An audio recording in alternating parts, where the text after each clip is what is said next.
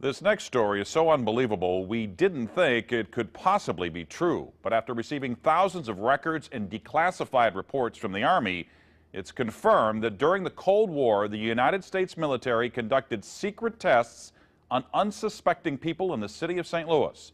A local sociologist will make her findings public tomorrow, but she spoke first to the I-Team's Lisa Ziegman. Lisa Martino-Taylor's life work has been to uncover details of the Army's ultra-secret military experiments carried out in St. Louis and other cities during the 1950s and 60s. This study was secretive for a reason. They didn't have volunteers stepping up and saying, yeah, I'll breathe zinc cadmium sulfide with radioactive particles. These Army archive pictures show how the tests were done in Corpus Christi, Texas in the 1960s. In Texas, planes were used to drop the chemical, but in St. Louis, the Army placed chemical sprayers on buildings and station wagons. City officials were kept in the dark about the tests. The Cold War cover story was that the Army was testing smoke screens to protect cities from a Russian attack. The truth, according to Martino-Taylor, was much more sinister. It's pretty shocking. The level of duplicity and secrecy, clearly they went to great lengths to deceive people. By making hundreds of Freedom of Information Act requests, she uncovered once classified documents that confirmed the spraying of zinc cadmium sulfide. The greatest concentration of this compound was sprayed near the Pruitt-Igoe housing complex just south of downtown St. Louis. It was home to 10,000 low-income people, and an estimated 70% were under the age of 12.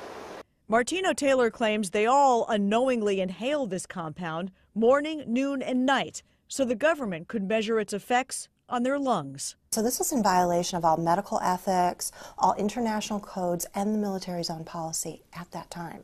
In 1994, then Congressman Richard Gephardt asked the Army to open its records and explain the St. Louis testing. We want to make very sure that nothing went on that would harm anyone and that all the facts are out on the table.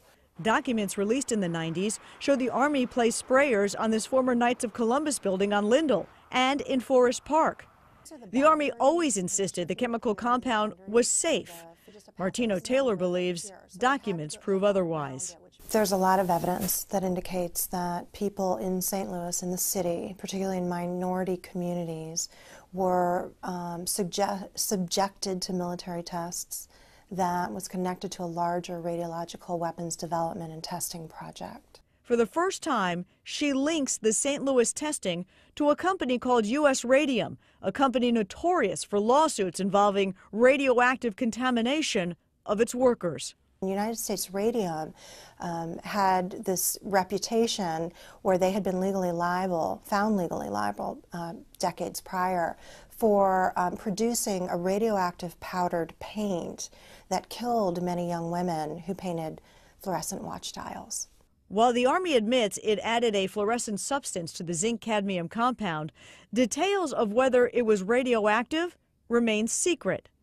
Documents uncovered to date indicate the Army never conducted follow-up studies to see whether the compound caused long-term health issues. In 1972, after years of crime, poverty, and decline, the government destroyed the Pruitt-Igoe housing complex.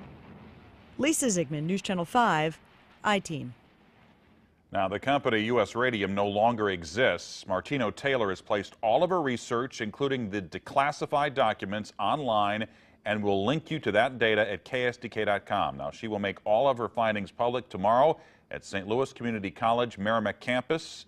In the meantime, if you remember the spraying, the I-Team's Lisa Ziegman would like to hear from you. You can email her at lziegman@ksdk.com.